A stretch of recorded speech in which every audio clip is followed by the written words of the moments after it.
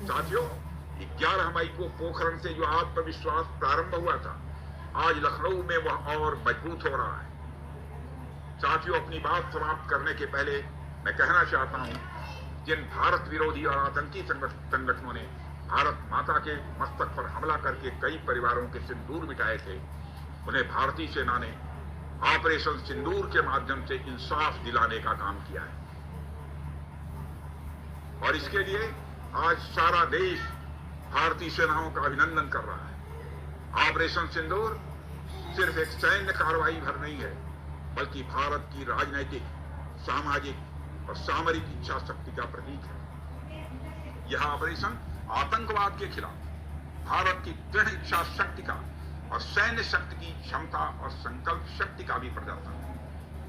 हमने दिखाया है, भारत आतंकवाद के खिलाफ जब भी कोई कार्रवाई करेगा तो आतंकवादियों और उनके आकाओं के लिए सरहद पार की जमीन भी सुरक्षित नहीं रहेगी।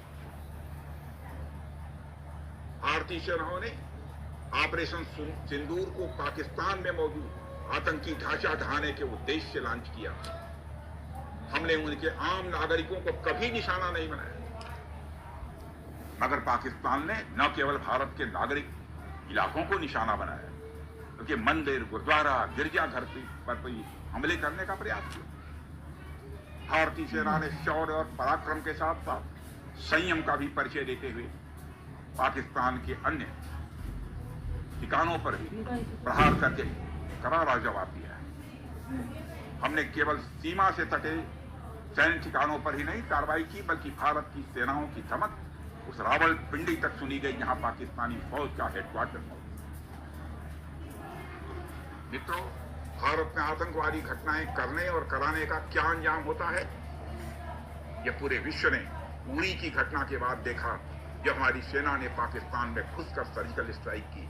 पुलवामा के बाद देखा, जब बालाकोट पर एयर स्ट्राइक की गई, और अब पहलगाम की घटना के बाद दुनिया देख रही है कि जब भारत ने पाकिस्तान के भीतर घुसकर मल्टीपल स्ट्राइक्स की।